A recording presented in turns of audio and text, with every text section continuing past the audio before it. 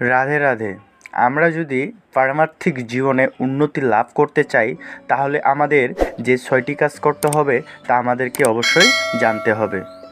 আর আমরা যারা ভগবত ভক্তি অনুশীলন করতেছি, আমরা সবাই চাই আমরা যেন পারমার্থিক জীবনে উন্নতি লাভ করি। তাহলে জেনে নেওয়া যাক সেই 6টি কাজ কি কি, যা করলে আমাদের পারমার্থিক জীবন বিনাশপ্রাপ্ত হবে।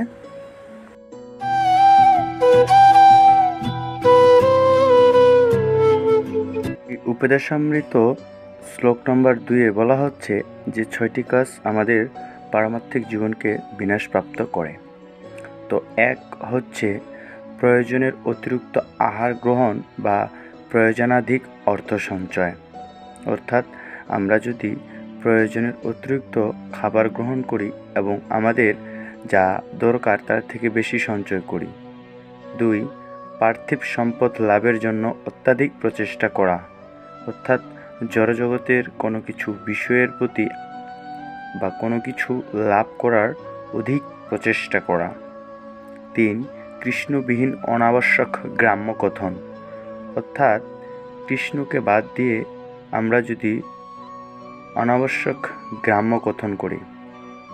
4 পারমার্থিক জীবনে উন্নতি লাভের জন্য প্রয়াস না করে শুধুমাত্র শাস্ত্রের নিয়মনীতিগুলো অনুসরণ করার জন্যই তাদের অনুসরণ করার প্রচেষ্টা বা শাস্ত্রের নির্দেশ অমান্যপূর্বক ব্যক্তিগত খেয়াল বা ইচ্ছা অনুসারে কার্য সম্পাদন করার প্রচেষ্টা।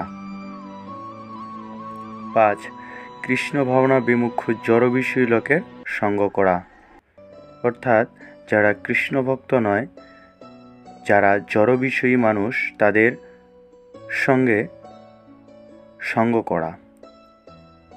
6 পার্থিব বিষয় লাভ করার বাসনায় বেকুল হওয়া,